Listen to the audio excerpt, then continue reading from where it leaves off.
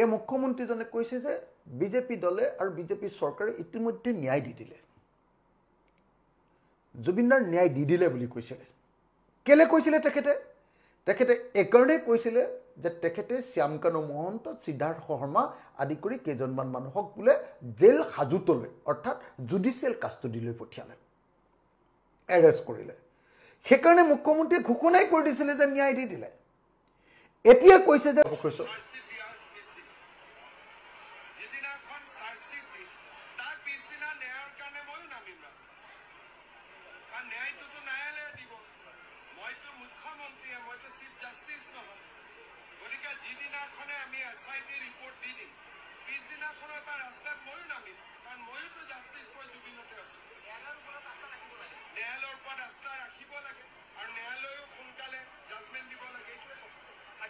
আপোনালোকে শুনিলে নে কেইদিনমান আগতে চাৰ্জশ্বিট দিয়ালৈকে কৈছে যে মই চাৰ্জশ্বিট দি দিম 3 মাহৰ ভিতৰত কোনে চাৰ্জশ্বিট দিব CID নহয় SIT নহয় পুলিচে নহয় চৰকাৰে দিম বুলি কৈছে মুখ্যমন্ত্ৰীয়ে দিম বুলি কৈছে গতিকে এই ন্যায়ৰ ওপৰত কাৰ বিশ্বাস থাকিব সেইকাৰণে আমি বাৰম্বাৰ কৈছো যে প্ৰকৃত অৰ্থত যদি সঁচাকৈ ন্যায় দিব লাগে তেতিয়াহ'লে সুপ্ৰিম কোৰ্ট বা গুৱাহাটী হাইকোৰ্টৰ তত্ত্বাৱধানত CBI তদন্ত নহলে মানে কেতিয়াও তদন্তটো সঠিক নহব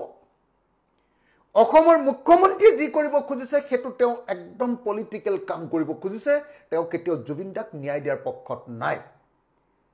তেওঁ জুবিনদাৰ ন্যায়ৰ প্ৰশ্নটো যেনে তেনে থাপি থুপি থব খুজিছে আৰু পাৰিলে তাক তেওঁৰ ভোট কেইটামান লাভ কৰিবৰ কাৰণে ব্যৱহাৰ কৰিব খুজিছে আজিৰ দিনটোত আমি দেখিছো যে বিজেপি আৰু হিমন্ত বিশ্ব শৰ্মাৰ বাহিৰে কোনো ৰাজনীতি কৰা নাই আৰু সকলো ৰাজনৈতিক দলে মানুহে বেয়া পায় বুলি ৰাজনীতি কৰাৰ পৰা বিৰত আছে কিন্তু কেৱল হিমন্ত বিশ্ব শৰ্মা তেওঁৰ সাংগুপাংগুসকল আৰু বিজেপি দলে ৰাজনীতি কৰিছে আৰু ৰাজনীতি কৰাৰ পাছত তেওঁলোকৰ জৰিয়তে বিৰোধী পক্ষৰ ৰাজনীতি কৰিছে বুলি গুটেই তালফাল লগাইছে গতিকে এই মুহূৰ্তত মই আপোনালোকক এটো ভিডিও দেখুৱালো ইয়াৰ পাছৰ ভিডিওটো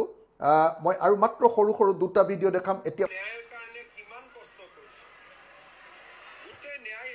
আজি মানুহে কয় জুবিনক ন্যায় দিও ন্যায়টো আমিয়ে দি আছো আজি যাক সন্দেহ কৰিছিল সবকেতো আমি গ্ৰেপ্তাৰ কৰিছো গতিকে ন্যায়ৰ কাৰণে যদি ধন্যবাদ পাব লাগে শুনিছে বিজেপি চৰকাৰখনে পাব লাগে চাই লওক